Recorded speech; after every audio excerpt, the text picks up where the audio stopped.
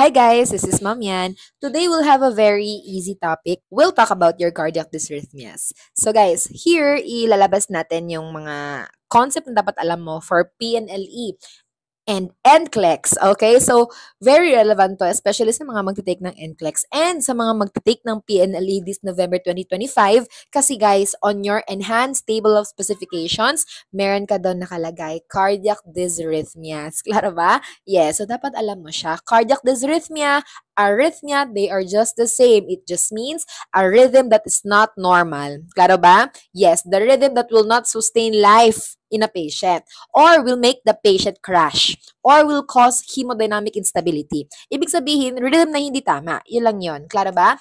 Yes. So again, dysrhythmia, arrhythmia, they're all the same thing. Klaro ba? Yes. Anyway, guys, no, just a brief run through on the discussion. First, i-discuss natin what should be normal. So, yung mga dapat na alam mo fundamentally when it comes to cardiac dysrhythmias, we'll discuss that first. Pahapyaw lang para hindi ka ma-overwhelm. Guys, after that, we'll discuss your sinus rhythm. Ibig sabihin, yung normal rhythm na pwedeng medyo mabilis lang or medyo mabagal. Okay? And as well as we'll discuss mga atrial dysrhythmias mo, meaning they emanate or they come from the atrium, okay? The upper chamber of the heart. So may mga dysrhythmias na specific lang kay atrium, may mga dysrhythmia din naman na specific lang kay ventricle. So after mga atrial dysrhythmia, we'll have a discussion on ventricular dysrhythmias. Klara ba? Yes. And then after that, gusto ko i-separate yung segment, guys, for mga cardiac arrest rhythm mo or mga rhythms of arrest mo, mga pulseless rhythms mo. Klaro ba? Yes. So, along with your ventricular dysrhythmia, ilalagay natin doon ang mga pulseless rhythms mo or mga rhythms of arrest. Okay? So, kasali na dito ang ventricular tachycardia na pulseless, ang ventricular fibrillation na pulseless, syempre, mga pulseless electrical activity mo and as well as your asystole or your flatline or your cardiac standstill. Klaro ba? Yes. And then at the end of the discussion, we'll also compare the different kinds of heart blocks, okay? Or your atrioventricular blocks. Ayun, so that you understand them better. PQRST. So, label natin ha. This is your P wave, that's your Q wave, this is your R wave, this is your S wave, this is your T wave. Klaro? Yes. So guys, lagay mo dyan. P wave, this one will indicate your atrial contraction. Guys, when you say contraction, it's the same when you say depolarization. So, contraction of the atria or the upper chamber of the heart will show you the P wave, the first wave you see here on your electrocardiogram. Then the next one, guys, tignan mo yan. You have your QRS waves. Guys, QRS waves, also known as your QRS segment. So, ibig sabihin, the group of waves you have here, your Q, R, and S waves, that one, you call that your ventricular contraction. Guys, anong sabi natin? When you say contraction, that's the same when you say depolarization. Ayan. So guys, pag tibok ng upper chamber, atrial contraction, you get your what? P wave. Sinong next na titibok? Syempre, the larger muscles, your ventricles. So, titibok next si ventricles, therefore, it will produce your QRS waves. So, as you can see in the electrocardiogram, guys, sharper, bigger waves. Sino? Si QRS. Kasi galing siya saan? Sa ventricles mo. And guys, is your ventricles the bigger and the stronger muscles of the heart? Yes. Kasi anong role ni ventricle sa puso mo? Ang role niya ba is to pump the rest of the blood to the vital organs? Yes. To the rest of the tissues of the body? Yes. Guys, to sustain life? Yes, correct. So kaya guys, siya yung may sharper na mga edges dyan sa waves mo. Then the next one, guys, you also have your T wave. Ayan. So for your T wave, it's the wave you see here, the small hump after the QRS segment. That's your T wave.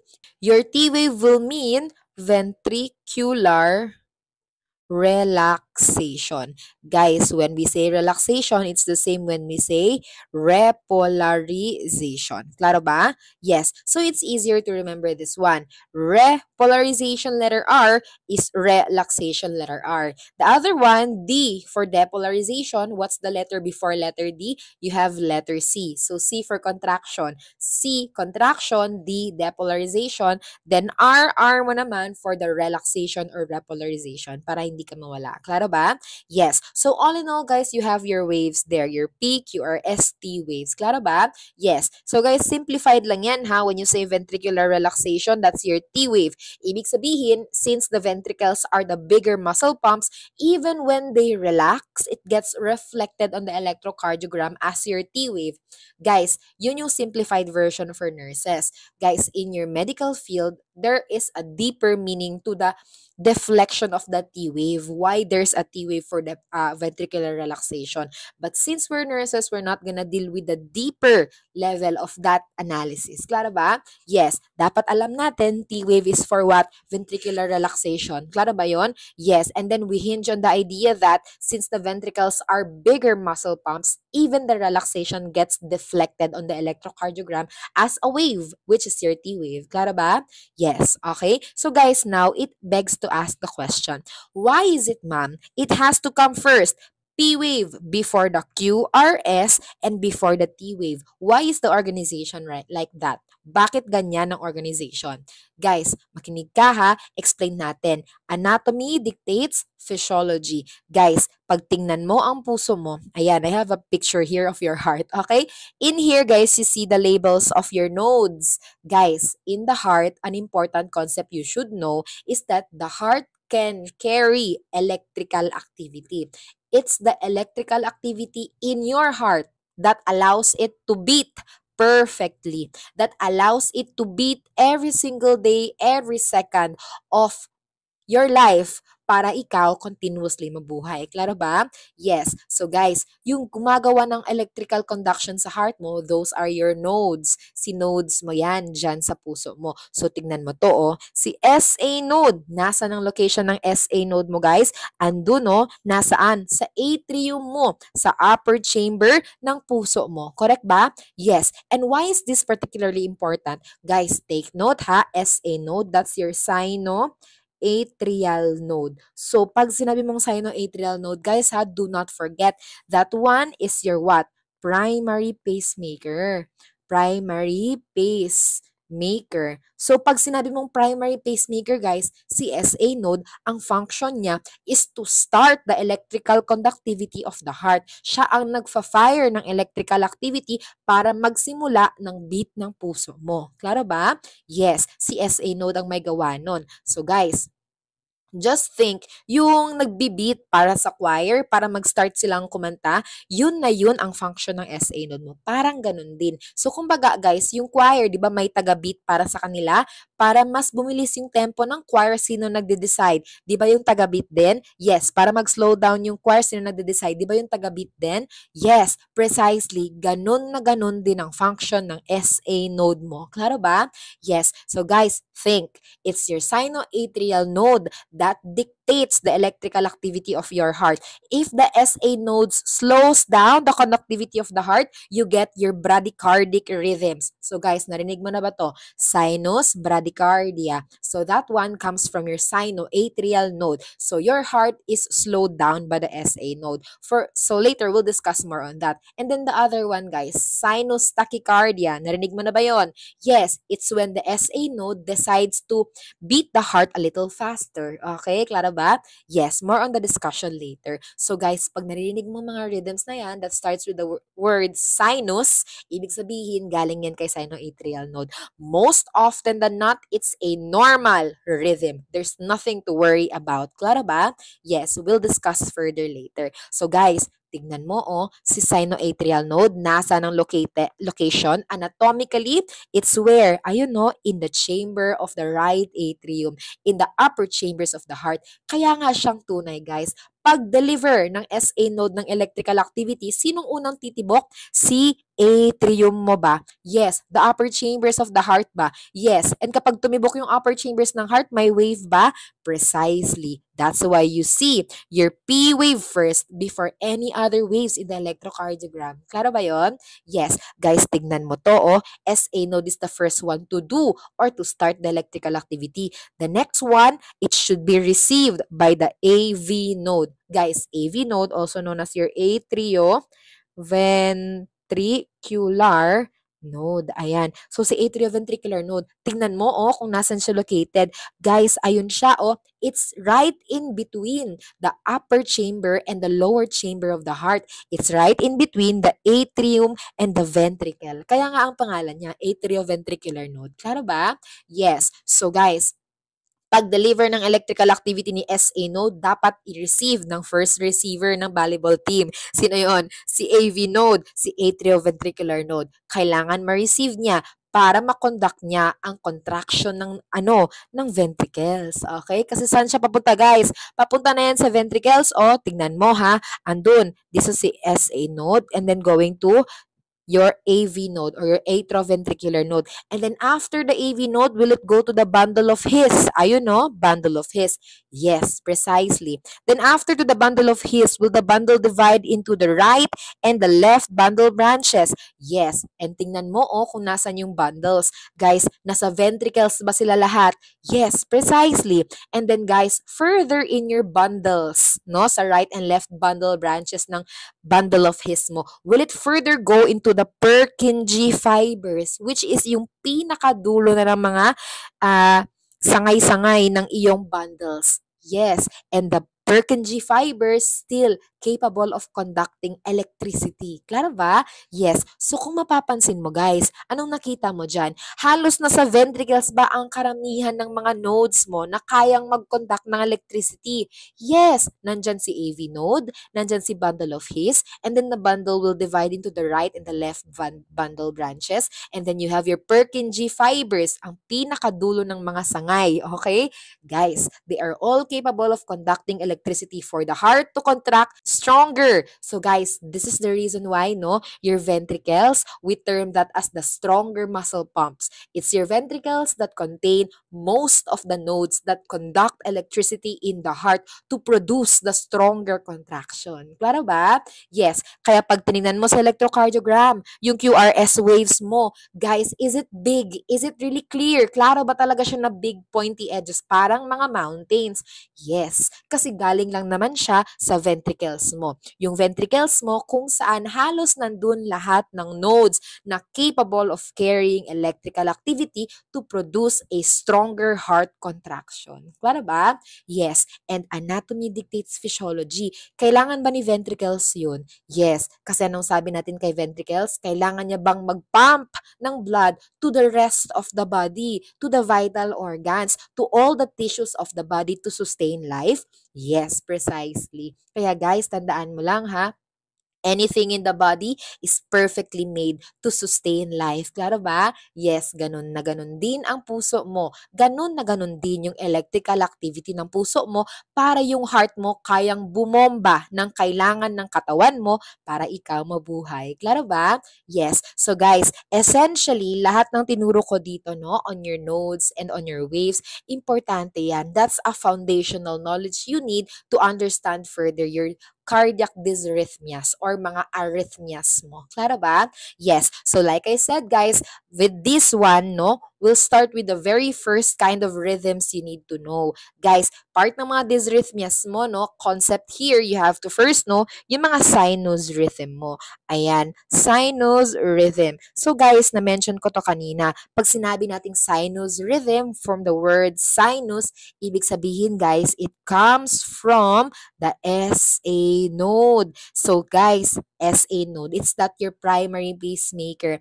Yes, ang tagasimula ng electrical activity ng heart. Yes, klaro? Yes. So guys, ito ha, this is the general concept on your sinoatrial node and in your sinus rhythm in general. Guys, most of the time, they are not pathologic. Ibig sabihin, hindi sila problema. Madalas, normal yan. Madalas, dahil yan sa ginagawa ng katawan mo, kaya nagkakaroon ka ng sinus rhythm that can be slow or faster than normal. Klaro ba? Yes. So guys, tignan mo ha, ang pinaka-first na rhythm na meron ka dito. Guys, ang pag-usapan natin una, ang normal sinus rhythm mo. Guys, ito normal sinus rhythm. Ibig sabihin guys, normal ba? Yes. Ibig sabihin, galing ba sa SA node mo? Yes, precisely. Guys, tignan mo. Ganito ang itsura ng iyong normal sinus rhythm. Ayan. Kita mo yan? Guys, Guys, kanina meron tayong P, Q, R, S, T waves, correct? Dapat sila perfect, dapat sila beautiful, dapat sila maayos pa sa maayos. So guys, zoom in ko ha, tingnan natin. This one is an example of your normal sinus rhythm. Guys, tell me, can you see a proper P wave? Yes, andun no, perfect. Can you see a proper Q, R, S waves? Yes, perfect siya. Can you see the T wave? Yes, perfect. Now tell me, can you see this one as a perfect ECG? Yes, and then other ones pa oh, do they look all identical? Mirror copies of each other? Yes, perfect. Guys, that's why this one you say your normal sinus rhythm. This is the perfect rhythm of your heart. This is what you should have in your body to sustain life. Klaro? Dito wala tayong problema. And guys, remember ha, para hindi ka maguluhan, ang kailangan mo lang i-memorize dito sa mga numbers or durations ng mga rhythms mo is yung ituturo ko sa'yo. So, yung first na ituturo ko sa'yo when it comes to your electrocardiogram, guys, kita mo yung mga maliliit na squares, okay? Diba? You have a big square. And then inside the big square, there are very small little squares. Klaro? Yes. Guys, remember ha, yung mga small squares mo na yan, lagay mo small squares or small boxes mo, dapat yan siya equivalent to 0.04 seconds. Klaro ba? Yes. So guys, tignan mo oh, ilang maliliit na small boxes meron sa isang malaking box. You have at least 5. 5 of it. So guys, that's your small box in your big box. Ang gagawin mo lang, 0.04 times 5, you will get a 0.2 seconds. Klaro ba? Yes. So the entire box like this, it's equivalent to 0.2 seconds. So ang gagawin mo no, para makita mo yung rate ng puso, guys, pupunta ka ngayon kung nasaan yung tuktok. Ayan, ng iyong ventricular contraction or yun ng iyong QRS wave. Klaro ba? Ang gagawin mo is ganito. Guys, erase ko lang saglit ha para mas klaro. Guys, andito oh, ito yung tuktok na malapit talaga sa big box na simula ng big box. So, ang gagawin mo is bibilangin mo siya until the next QRS segment. So, this is the first 1, 2, 3, 4. So there's at least 4 0.2 seconds or 4 big boxes before the next QRS segment or before the next ventricular contraction. Correct ba? Yes. So guys, ang gagawin mo lang 0.2 times 4. So you get 0.8 seconds. That's almost 1 second. Correct?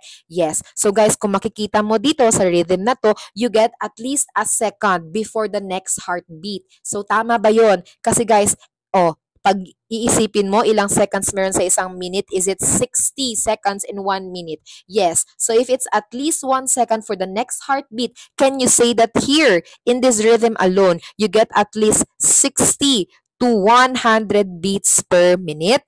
Yes. So tell me, 60 to 100 beats per minute, is that your normal heart rate? Yes, precisely. Kaya ang tawag natin dyan, normal sinus rhythm. Kung mapapansin mo, sa normal sinus rhythm mo, everything is perfect. P wave is perfect. QRS segment is perfect. And your T wave is perfect. And everyone is a copy-paste of each one of them. Correct ba? Yes, everyone is regular. Everyone is the same. So guys, that's your normal sinus rhythm given by your SA node. Perfect function, you have a perfect rhythm. Klaro ba yon? Yes. So again, ano lang kailangan mong i-memorize at hindi kakalimutan dyan? Your small boxes are equivalent to 0.04 seconds. Hindi mo makakalimutan yan because in a box, you have how many sides? 4. So therefore, a small box is equivalent to 0.04.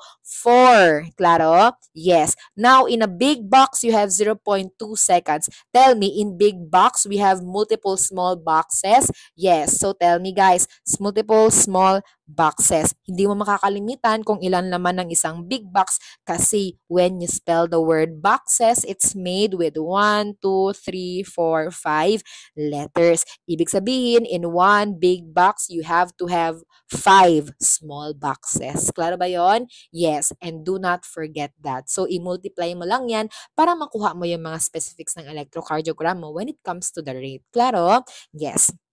So guys, ganun lang ha. Now you have that, your normal sinus rhythm. Now the next one is, since we're talking about sinus rhythm guys, tingnan naman natin ang iyong sinus bradycardia.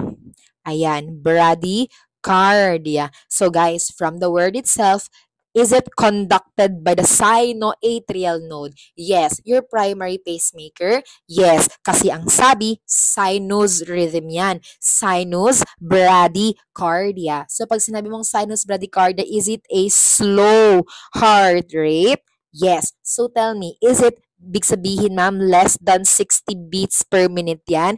Yes. Because the normal rhythm is 60 to 100 beats per minute. Yes, precisely, my dear. Now, guys, how does sinus bradycardia look like? So, ipapaste ko dito ha. O, yan. Yan ang itsura ng sinus bradycardia mo, guys. Tignan natin ha. I-zoom in ko.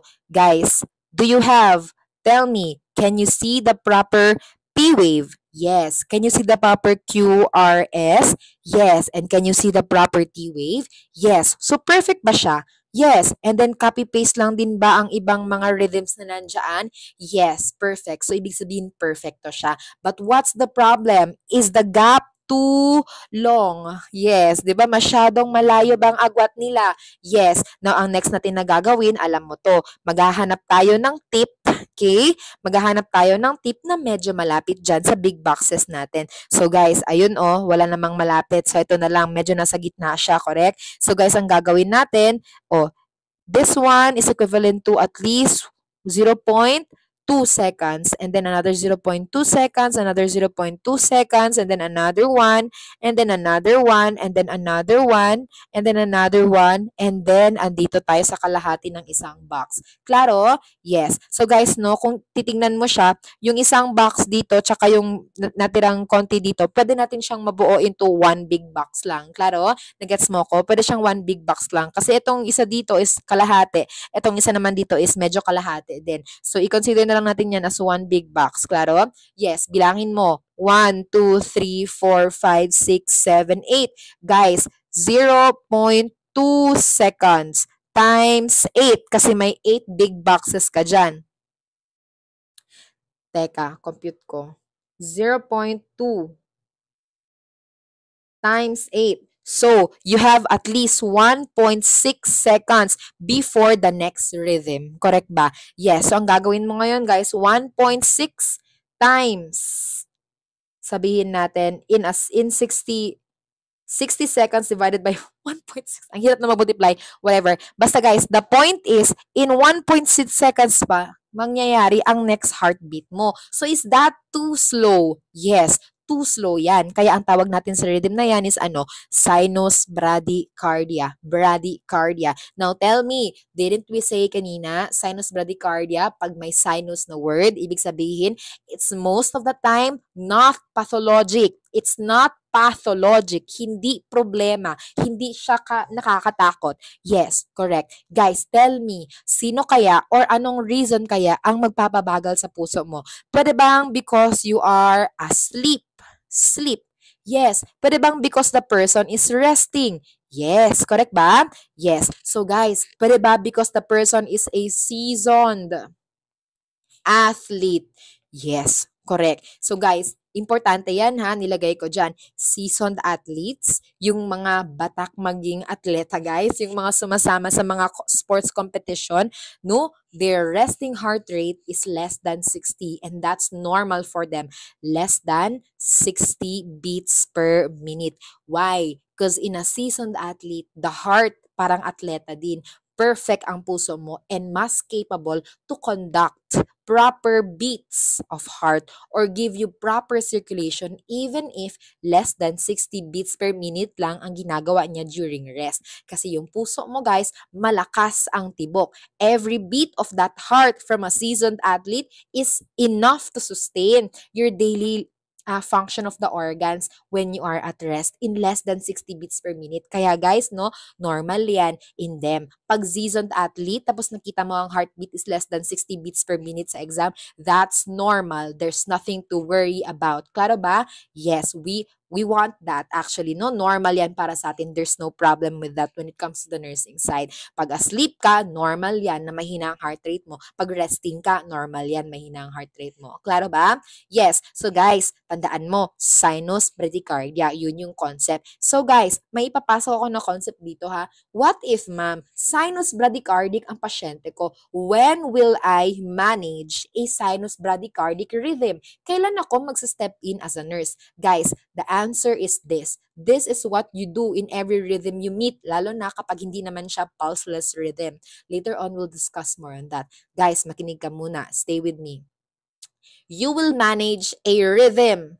Guys, ito ang motto natin ha. You will only manage a rhythm when it causes hemodynamic instability to the patient pag may hemodynamic instability na. And here, guys, ang ituturo ko sa'yo, you look at the brain, you look at the heart, you look at the body. It's the brain, heart, body method. Guys, pag sinabing brain, ibig sabihin, because of the sinus bradycardia, guys, nagkaroon siya ng altered level of consciousness, kailangan mo mag-step in as a nurse. You need to manage. Pag sinabi nating puso, ibig sabihin, nag-manifest siya ng chest pain. Ibig sabihin yan, guys, kailangan mo na i-manage. Guys, pag sinabing body, that means hypotension, low blood pressure. Ibig sabihin, kailangan mo nang i-manage. So, guys, any of the three, kahit isa lang sa kanila ang present at sinus bradycardia ang rhythm, you manage. You step in as a nurse. Klaro ba?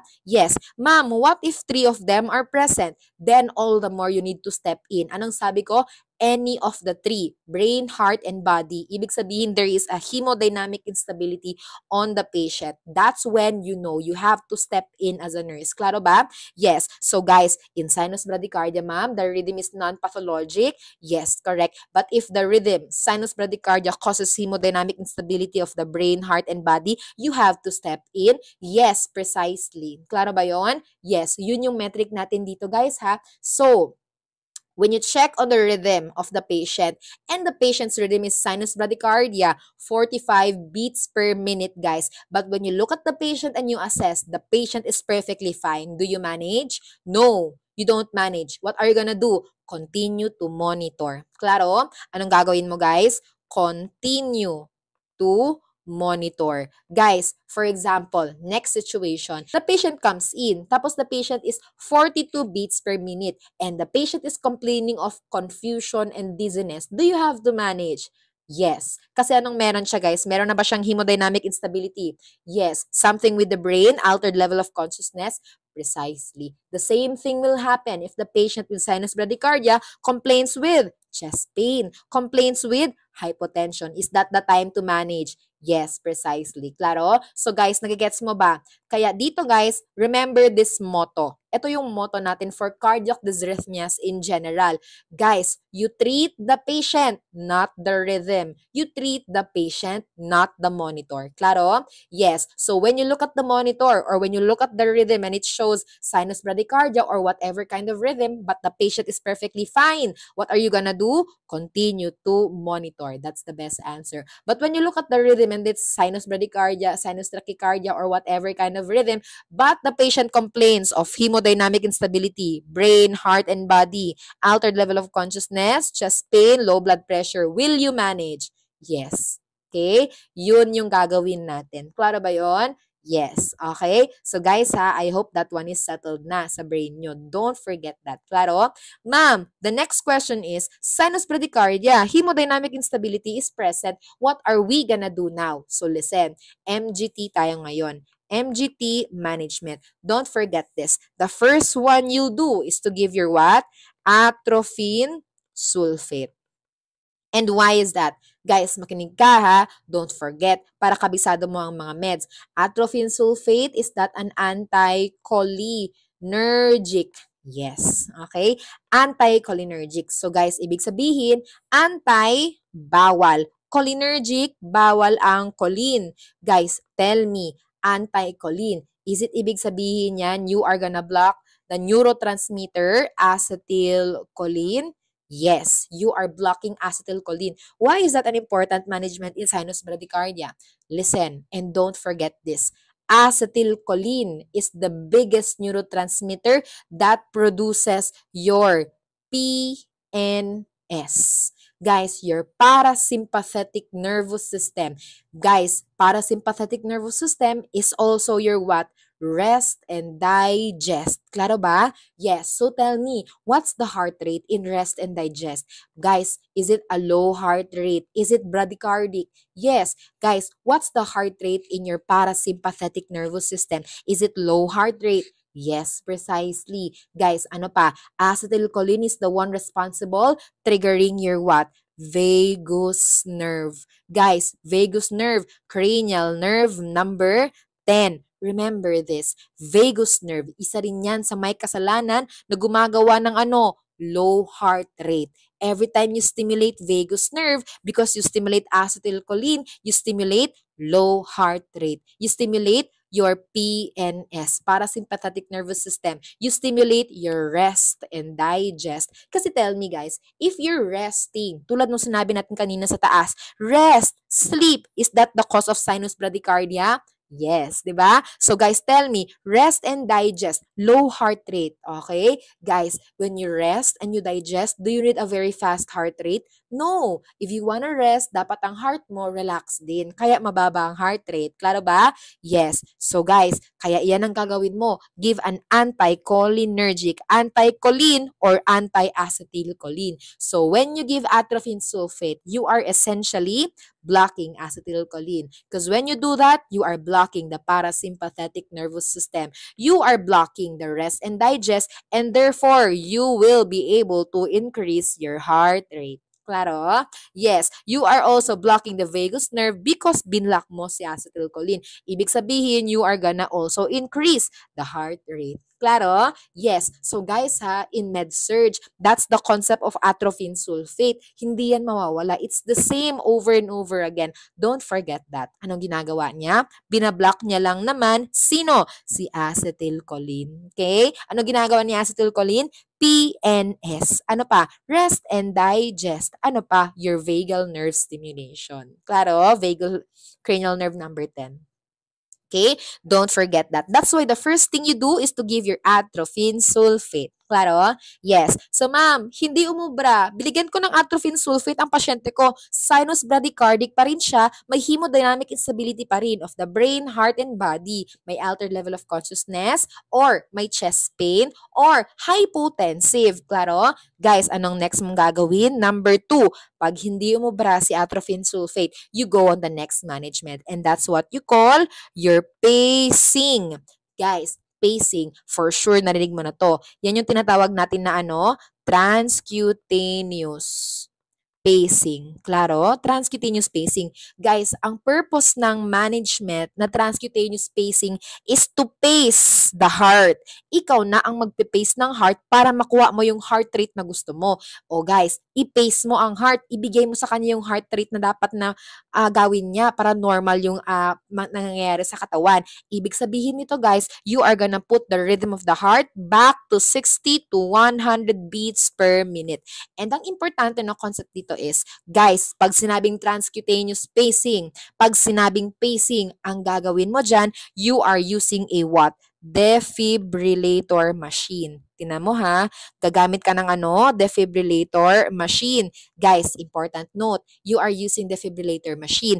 Pag you're using that machine, kasi yan naman ang machine na gamit natin sa lahat, klaro, most of the time is your defibrillator machine. You make sure you place it on a pacer mode. Dapat naka-pacer mode ka or naka-pacer setting. Kung hindi mo mahanap ang pacer, hanap mo ang pace. Kung wala ang pace, hanap mo ang pacing. Klaro?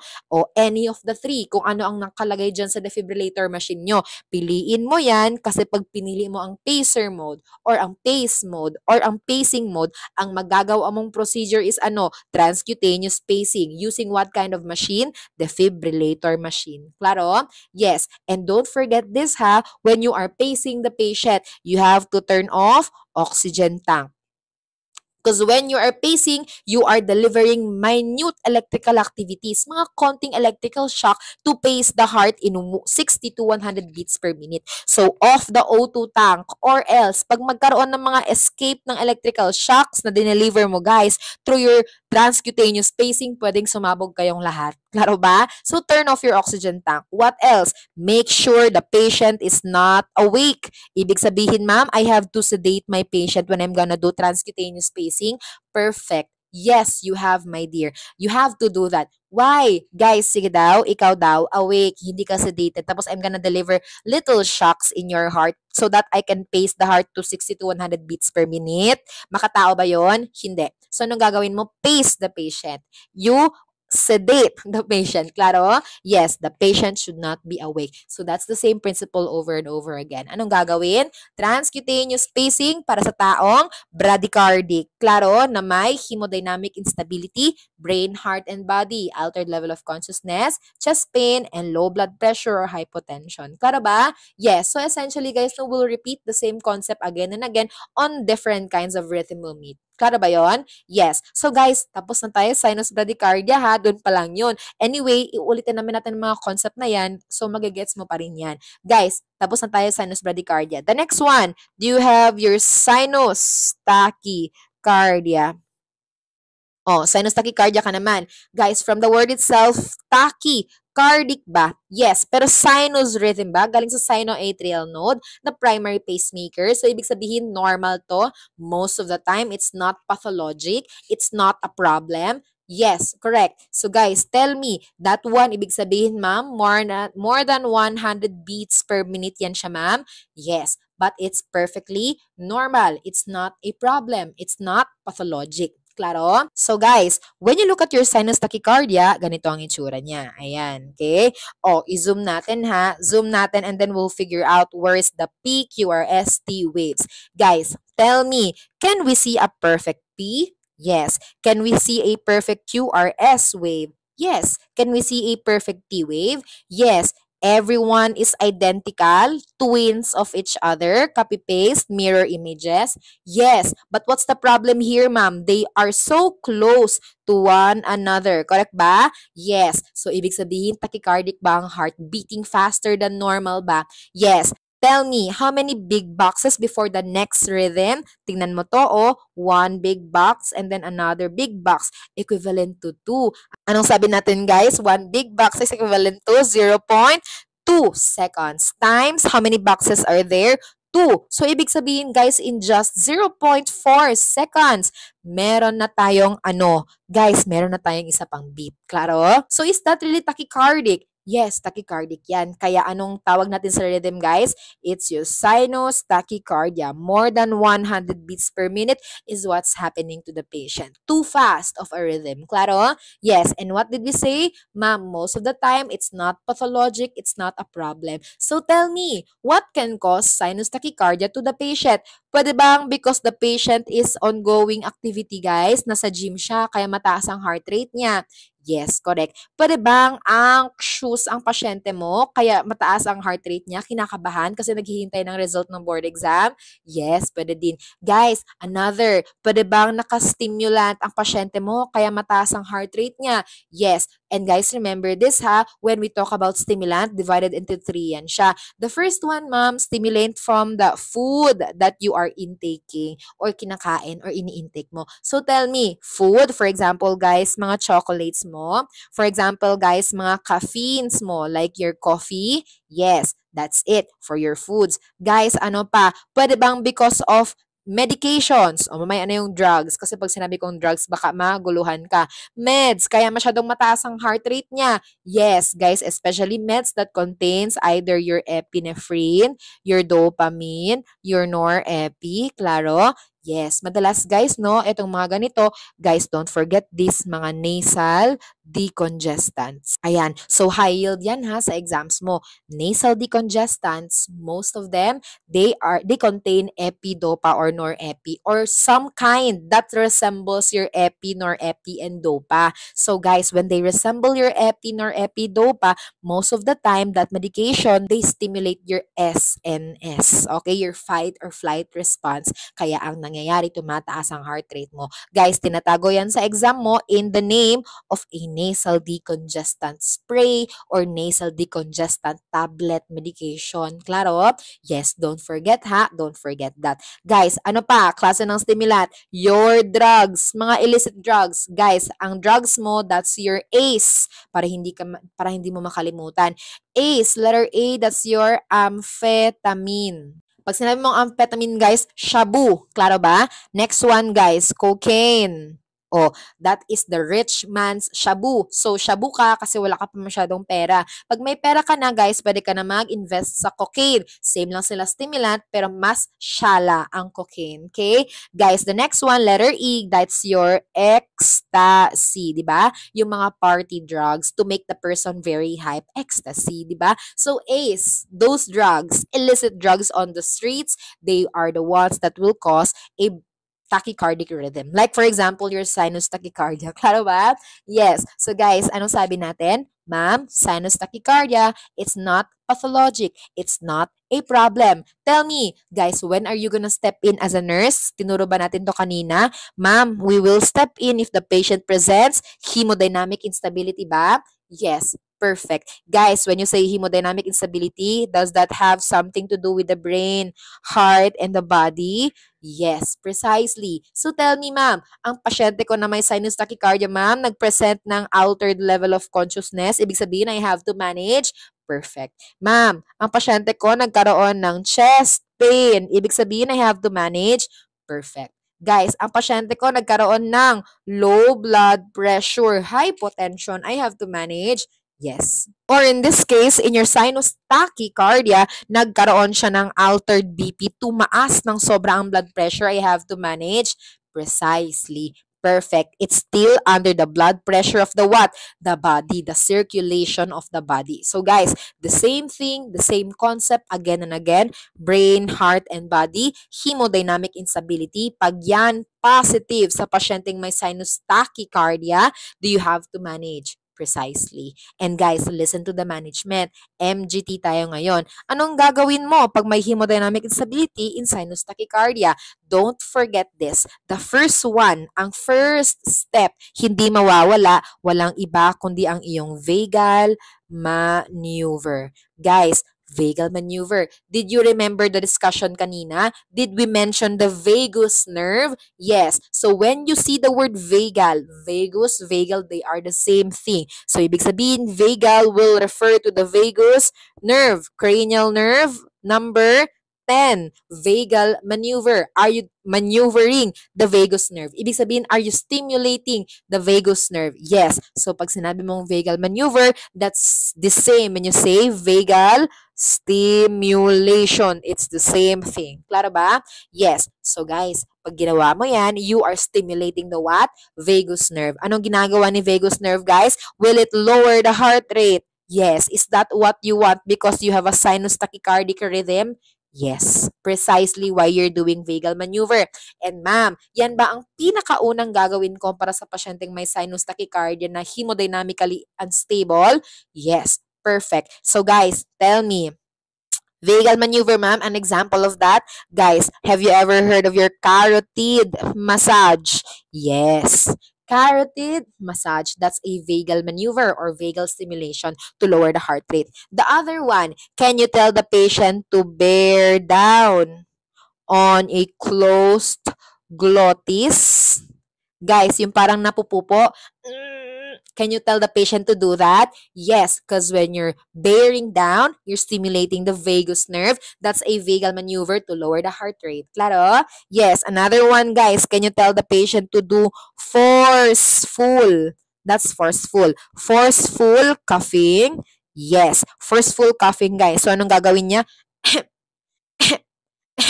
Mas malakas pa doon, okay? And then you do that. You paste that and then you do that. You tell the patient to do the forceful coughing. Guys, anong gagawin niyan? Is that gonna stimulate the vagus nerve? Yes. To lower the heart rate? Yes. Okay? So guys, ano pa? The next one. Can you do a cold stimulus? Yes. Guys, nakita nyo na ba yon? Maybe nag-appear na yan sa mga FYP nyo or sa YouTube nyo. Yung mga taong tachycardic tapos nilulublob yung face sa bowl filled with ice. Yes. Ano ginagawa nun? That one is a vagal maneuver. That's a vagal stimulation to stimulate the vagus nerve to lower the heart rate. Klaro ba? Yes. Okay. So yun na, yun yung reason kung bakit ginagawa natin yun. It's all to slow down the heart rate. And that's your what? Vagal maneuver. Is that the first step you do to a patient with tachycardic rhythm like sinus tachycardia with hemodynamic instability of the brain, heart, and body? Yes. Perfect. O, kabisado mo na yan. Number 2, ano pang pwede mong gawin? Guys, don't forget ang next mong pwedeng gawin is to give yung mga simple medications muna ang i-introduce natin since this is a sinus tachycardia lang naman. Klaro? Guys, don't forget, you have your beta blockers. Guys, beta blockers, are these the drugs that ends in olol? Yes, tell me, is that your metoprolol? Yes, is that your atenolol? Yes. Is that your propranolol? Yes. Perfect. Anong ginagawa ng beta blocker, guys? Remember, from the word itself, beta blockers. Ang gagawin niya, guys, this one is your beta cells. Remember, beta cells is committed and married. Kanino? Kay sympathetic nervous system. So, guys, every time nandyan si beta cells, committed lang siya para gawin ang SNS. Pinapataas niya lagi ang heart rate mo. Klaro? Yes. So essentially, a beta blocker will block the beta cells, will therefore block the stimulation of the sympathetic nervous system and block the increase of heart rate, therefore will result in a lower heart rate. Klaro ba? Do we want that? Yes. Kasi sinus tachycardic rhythm ba to? Yes. So that one, beta blocker you can also give if hindi effective ang vagal maneuver. It's the next step. Okay, klaro ba? Because the first step is what? A vagal maneuver. Klaro ba yun, guys? Yes. And don't forget, after a beta blocker, you can also give your what? Calcium channel blockers. So guys, calcium channel blockers, these are the drugs that ends in your dipines. Guys, dipine drugs yan. Nifedipine, amlodipine, klaro. But for rhythms of the heart, kailangan mas specific tayo. May mga drugs tayo na favorite for the rhythms of the heart only. So guys, don't forget the name of the drugs. You have your what? Verapamil. That one is a calcium channel blocker. Another one, you also have your diltiazem. Ayan. So, yan yung favorite ng exams mo. Kaya yan yung ilalagay natin na examples dito kasi sila din naman ang most commonly used na calcium channel blockers. So, ano ginagawa ng calcium channel blockers, guys? Remember, if you have the electrolyte calcium na marami at paligoy-ligoy sa heart muscles mo, especially sa heart nodes mo, guys, they are stimulating the nodes to increase the heart rate. So, in the presence of calcium, ma'am, tumataas pala ang heart rate ng mga puso natin. Nagiging more nagko-contract ng mas mabilis ang hearts natin. Correct. Kaya anong gagawin natin, guys? I-block mo na kung saan umuupo si calcium, yung kanyang channels. So, you block the channels of calcium so that you can block the effect of calcium, which is increasing your heart rate so that you get a lower heart rate. Klaro ba yon?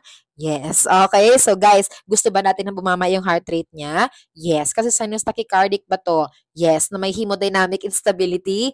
Yes. Okay, gets mo na yan. That's the second thing. If hindi umubra ang iyong vagal maneuver, you're gonna give beta blockers or calcium channel blockers. Klaro ba? Yes. And guys, worst comes to worst. Syempre, eto guys, number 3, ang ituturo ko sa'yo. This one, last resort na to guys, ha? Last resort. Ibig sabihin, hindi mo to gagawin. Not unless hindi talaga nag-work ang beta blockers, calcium channel blockers, tsaka vagal maneuver. Last resort mo na to. Kasi guys, no, in reality and in practice, nag-work naman talaga ang mga medications natin. But if your patient is part of the small population na hindi nag-work ang gamot, sinus tachycardic pa rin or sobrang tachycardic niya pa rin, tapos may hemodynamic instability pa rin of the brain, heart, and body, guys, gawin mo na ang last resort kung hindi talaga tumalab lahat ng management mo. Don't forget this. Your last resort, you call that your what? Cardioversion. So, you are gonna cardiovert the patient. Claro? Yes. Guys, ang motto natin dito sa cardioversion, basta may R, pwedeng i-car. Sulat mo ha, basta may R, pwedeng i-car. Klaro? So, pwedeng i-car, pwedeng i-cardiovert, basta may R. Ano yung R? R wave ba yan? Yes. Remember guys, P, Q, R, S, T. Ayan. So, the one here on top, that's your R wave. Basta may R wave, pwede mong i-cardiovert like this one. Anong ginagawa ng cardioversion, guys? Guys, in cardioversion, you are going to deliver a shock to hopefully restart the rhythm of the heart on a better pace. Klaro? Para makuha ulit ni SA node mo or sinoatrial node yung tamang beat or pacing ng heart, which is 60 to 100 beats per minute. So ngayon, tachycardic siya. You deliver a shock through cardioversion. Cardioversion is still delivering a shock so that hopefully the SA node will recapture the rhythm again and start a new one. So parang starting a new leaf like 60 to 100 beats per minute. Yun yung purpose ng cardioversion natin. Guys, anong gagawin mo sa cardioversion? Are you using the same machine? Is it the DefFib machine? Yes, tama ka. So guys, again, you are using the same machine. That's your what? Defibrillator machine. Klaro? Yes. Anong importante ano dito guys? Note, when you cardiovert, remember, do not forget, you have to put it on sync mode. Naka-sync mode. Dapat hanapin mo yung sync mode, dun mo ilagay ang settings niya. Kung hindi mo mahanap ang sync mode, look for synchronize. Klaro? Yes, you put it on synchronize method, setting. Kung ano man ang available sa defibrillator machine mo, dun mo ilagay. Basta sync or synchronize. Klaro? Why? Why are you putting it in that way? Guys, kasi anong sabi ng motto natin? Basta may R, pwedeng i-car. Kasi exactly, you are synchronizing it to the what? To the R wave of your what? Electrocardiogram. So, ibig sabihin guys, no? When you are doing your cardioversion, kita mo yan? Ang gagawin mo is ganito. You synchronize it to the what? To the R wave. So tell me guys, your R wave, is that the tuktok of the QRS segment? Yes, di ba? Sabi natin, this is the PQR. ST. Tama? Yes. So, lahat ng tuktok na yan, guys, are all your R waves. And we want to deliver the shock of a cardioversion in the R wave, the highest peak of your QRS segment. Dapat dyan nakasynchronize. Kaya nga synchronize siya dapat, di ba? Also known as your synchronized cardioversion. Yan ang ginagawa natin, guys. Kasi sinisynchronize natin siya sa R wave. Bakit? Guys, no? Medically, there is a deeper explanation to that. But as nurses, dapat ang alam natin, it's because during the R wave, if you observe in your electrocardiogram, it's the highest peak of the ventricular contraction. Kasi sabi natin, ma'am, QRS segment is the ventricular contraction or ventricular depolarization. So when you deliver it on the highest point of the ventricular contraction, it allows for the SA node to capture the rhythm again and to start a new one to 60 to 100 beats per minute, which is the normal sinus node or the sinus rhythm of the heart. Klaro ba? Yes. If you deliver cardioversion on any of the waves except for the R wave, for example, guys, na-deliver mo siya sa T wave, sa T wave mo or sa ibang wave na hindi R wave, ang mangyayari is nag-i-induce ka ng electric shock sa puso mo, magka-cardiac arrest ka, hindi magbi-beat ng maayos ang puso mo. Yun yung risk. Yun yung mangyayari sa puso mo if you do not put the cardioversion or you do not sync cardioversion to the R wave, to the highest point of ventricular contraction in the R wave. Klaro ba? Doon mo dapat ilagay kasi kung doon mo nilagay, mas makakapture ng SA node yung sinend mo na electrical shock sa puso mo to start a new perfect beat of 60 to 100 beats per minute. Gets mo yon? Yes, yun yung reason why. Okay? So guys, that's it. That's for your sinus tachycardia. And the concept we have discussed here, they will sound similar later and we'll discuss them further later. Klaro? So important foundational knowledge to ha, so don't forget them.